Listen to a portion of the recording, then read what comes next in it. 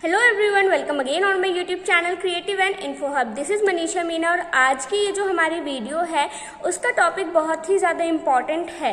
आज के इस वीडियो में हम बात करेंगे डीएलएड एडमिशन के प्रिपरेशन के लिए। आप सभी को पता है कि अब दिल्ली डीएलएड में एंट्रेंस बेस पे एडमिशन होता है, तो आप सभी के मन में एक डाउट होगा कि एंट्रेंस की प्रिपरेशन आपको किस तरीके से करनी है।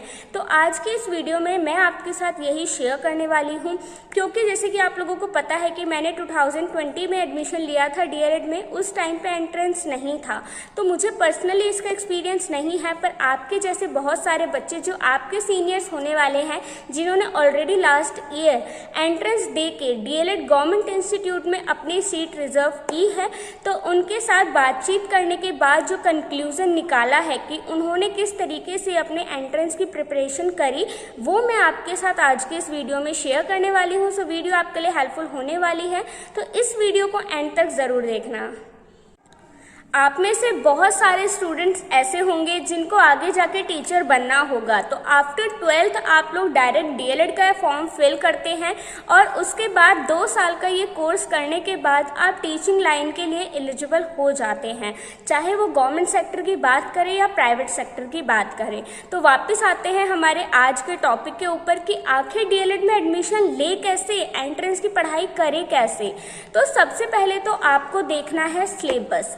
एससीईआरटी की ऑफिशियल वेबसाइट पे जब आप जाएंगे तो वहाँ पे आपको बकायदा पॉइंट बाय पॉइंट आपको पूरा का पूरा सिलेबस इजीली मिल जाएगा, जिसका पीडीएफ मैंने ऑलरेडी अपने टेलीग्राम चैनल पे शेयर किया हुआ है, तो आप वहाँ से भी जाके देख सकते हैं। तो सबसे पहले तो आपको देखना है सिलेबस, अच्छे से देखना है, क्योंकि मैं ऐसा मानती हूँ कि अगर आपको अपना सिलेबस पता है किसी भी एग्ज़ाम का, अगर आपने अच्छे से उसको देखा है, तो आपके एक बेस तैयार हो जाती है, एक लाइन तैयार हो जाती है कि आपको क्या पढ़ना है, कितना पढ़ना है, उसका कितना वेटेज है, कितनी इम्पोर्टेंस उस टॉपिक को देना है। फिर उसके अकॉर्डिंग आप उस टॉपिक के लिए वर्क कर सकते हो। तो पहला काम तो ये हो गया कि आपको सिलेबस देखना है। उसके बाद एक बार आप मेरा सजेशन मान के CUET का जो सिलेबस है उसको भी देख लेना, क्योंकि जहाँ तक मुझे लगता है कि दोनों सिलेबस के जो टॉपिक्स हैं, कुछ टॉपिक्स कॉमन है, तो आपको वहाँ से बहुत हेल्प मिल जाएगी। ऐसा मैंने क्यों बोला, क्योंकि CUET जो है वो काफ़ी टाइम से दिल्ली यूनिवर्सिटी कंडक्ट करवा रही है, जबकि दिल्ली डीएलएड का जो एंट्रेंस एग्ज़ाम है वो इस साल सेकेंड टाइम होने वाला है। तो उसका ज़्यादा मटेरियल आपको ऑनलाइन या फिर बुक्स अवेलेबल नहीं है, बट CUET का बहुत सारा मटेरियल आपके लिए अवेलेबल है। तो अगर आपके टॉपिक सेम होते हैं तो आप वहाँ से हेल्प ले सकते हैं। तो दूसरा काम आपका हो गया कि आपको CUET के सिलेबस से अपने डीएलएड के सिलेबस को कंपेयर करना है और कॉमन टॉपिक्स को हाईलाइट करना है। उसके बाद तीसरा काम जो आपको करना है वो है कि आपको टॉपिक वाइज अपना मटेरियल तैयार करना है। जैसे कि आपका एक टॉपिक है रेशियो एंड प्रोपोर्शन, तो आपको यूट्यूब पे डालना है रेशियो एंड प्रोपोर्शन, तो आपको बहुत सारी टीचर्स की वीडियोस मिल जाएंगी। आपको किसी एक स्पेसिफिक टीचर के भरोसे नहीं रहना है, या आपको किसी स्पेसिफिक यूट्यूब चैनल के भरोसे भी नहीं रहना है। आपको जहाँ से समझ में आ रहा है आप वहाँ से करिए, क्योंकि बहुत सारे स्टूडेंट मुझे इंस्टाग्राम पे मैसेज कर रहे हैं कि मैम कौन से टीचर का कोर्स ले, कहाँ से तैयारी करें। तो देखिए, मेरी अंडरस्टैंडिंग अलग है, आपकी अंडरस्टैंडिंग अलग है। हो सकता है जिन टीचर का पढ़ाया हुआ है मुझे समझ में आता है, मुझे अच्छा लगता है, वो आपको अच्छा ना लगे। तो इसीलिए आप अलग अलग टीचर्स से पढ़ें, अपनी समझ बनाएं टॉपिक के लिए और फिर अपना टॉपिक तैयार करें, अपना बेस अच्छे से बनाएं। ये तो बात हो गई मैथ्स टॉपिक के लिए।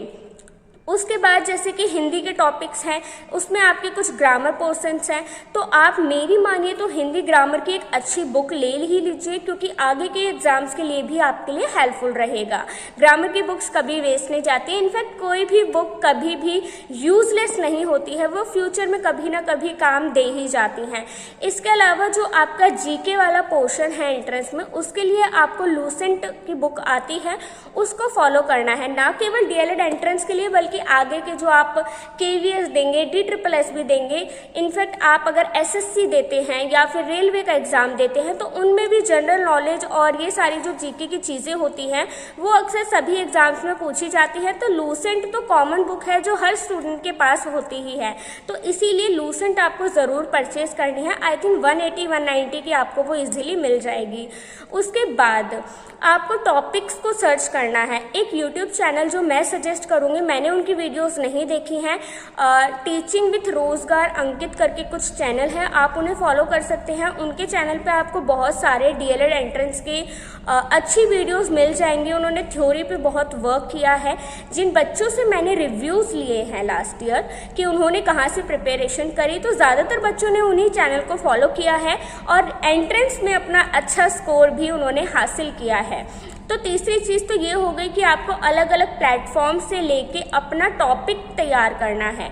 उसके बाद जो थ्योरी वाले टॉपिक्स हैं, ठीक है, जैसे कि ह्यूमन आई है, साइंस के टॉपिक हैं और फिज़िक्स के टॉपिक हैं, मतलब कि हिस्ट्री है, पॉलिटिकल साइंस है, ये वाले जो पोर्शंस हैं ये आपको टॉपिक बाय टॉपिक NCERT में भी मिल जाएंगे, गूगल पर भी मिल जाएंगे। आपको इनके शॉर्ट नोट्स बनाने हैं।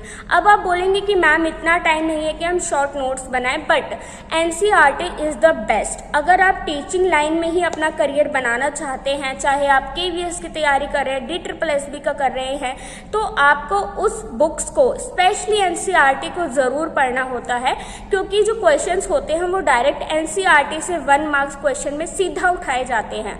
तो इसलिए आपको NCERT को ज़रूर एक बार फॉलो करना है और यूट्यूब चैनल्स को भी आपको देखना है। इसके अलावा आपको कहीं पे कंटेंट मिलता है तो आप उन्हें भी फॉलो कर सकते हैं।